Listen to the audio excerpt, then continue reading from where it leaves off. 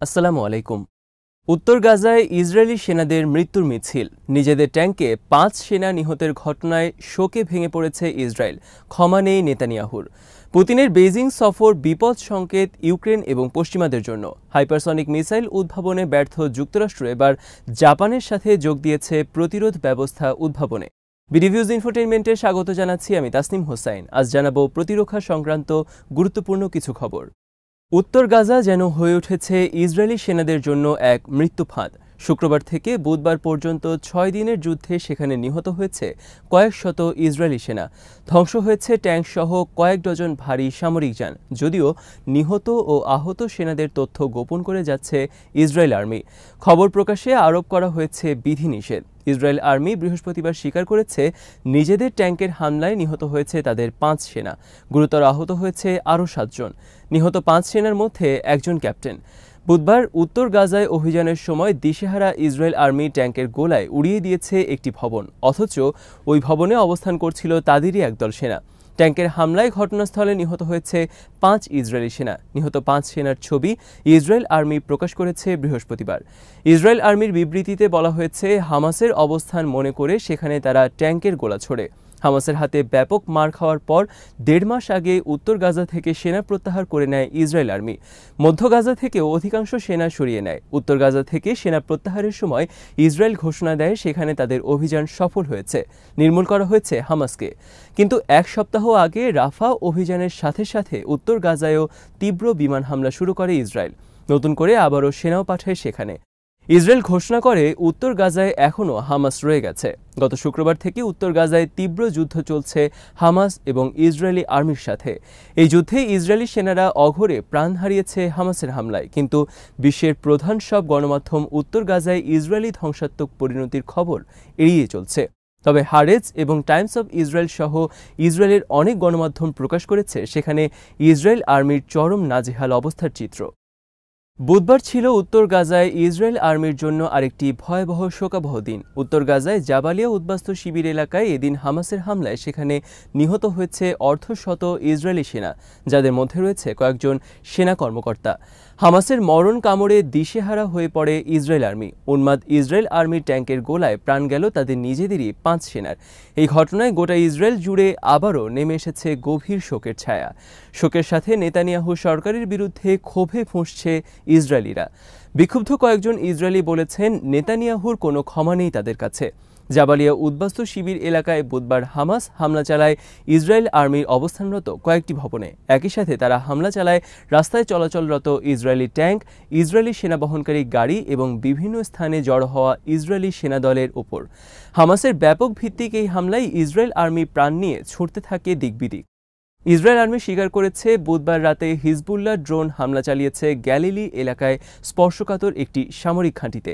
দুটি ড্রোন হামলার একটি ইসরায়েল আর্মি প্রতিহত করেছে এবং আরেকটি ড্রোন সরাসরি আঘাত করেছে সামরিক ঘাঁটির গুরুত্বপূর্ণ স্থাপনায়। এই হামলার জবাবে ইসরায়েল আর্মি হামলা চালায় লেবাননের বালবেকে। চীনা প্রেসিডেন্ট শি জিনপিংয়ের পুরনো আর ঘনিষ্ঠ বন্ধু ভ্লাদিমির পুতিন ২ দিনের সফরে বুধবার বেইজিং অবতরণ করেছেন।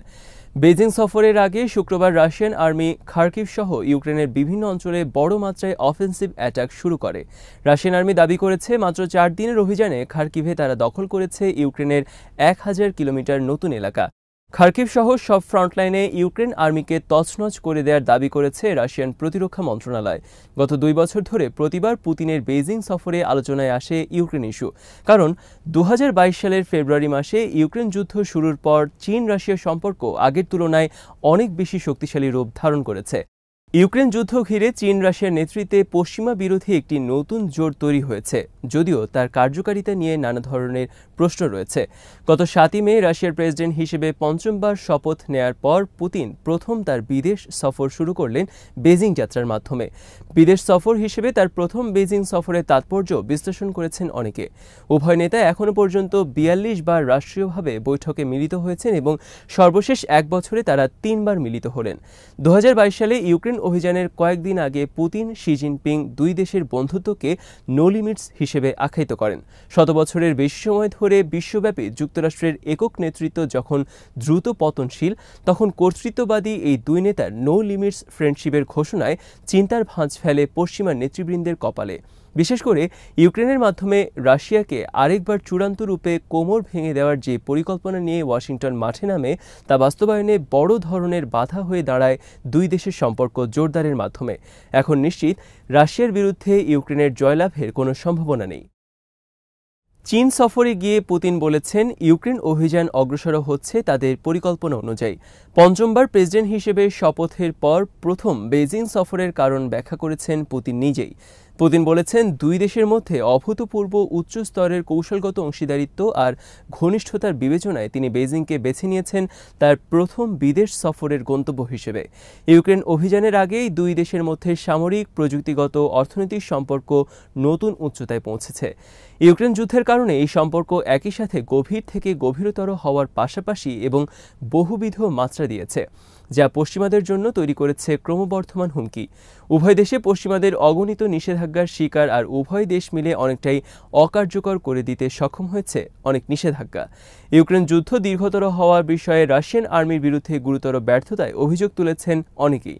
কিন্তু অনেকের মতে ইউক্রেনে রাশিয়া মূলত যুদ্ধ করছে গোটা পশ্চিমা শক্তির বিরুদ্ধে। শুরুতে অস্বীকার করলেও পশ্চিমা বিভিন্ন দেশের উচ্চপদস্থ সেনা কর্মকর্তারা সরাসরি যুদ্ধক্ষেত্রে উপস্থিত থেকে এই যুদ্ধ পরিচালনা করছেন। ইউক্রেনে বিলিয়ন বিলিয়ন ডলার অর্থ তারা ঢালছে প্রকাশ্যে এবং গোপন উভয় পথে। পুতিনের বেইজিং সফরের একদিন আগে মঙ্গলবার আকস্মিক সফরে কিয়েভ নামেন যুক্তরাষ্ট্রের প্রতিরক্ষা মন্ত্রী অ্যান্টনি ব্লিংকেন।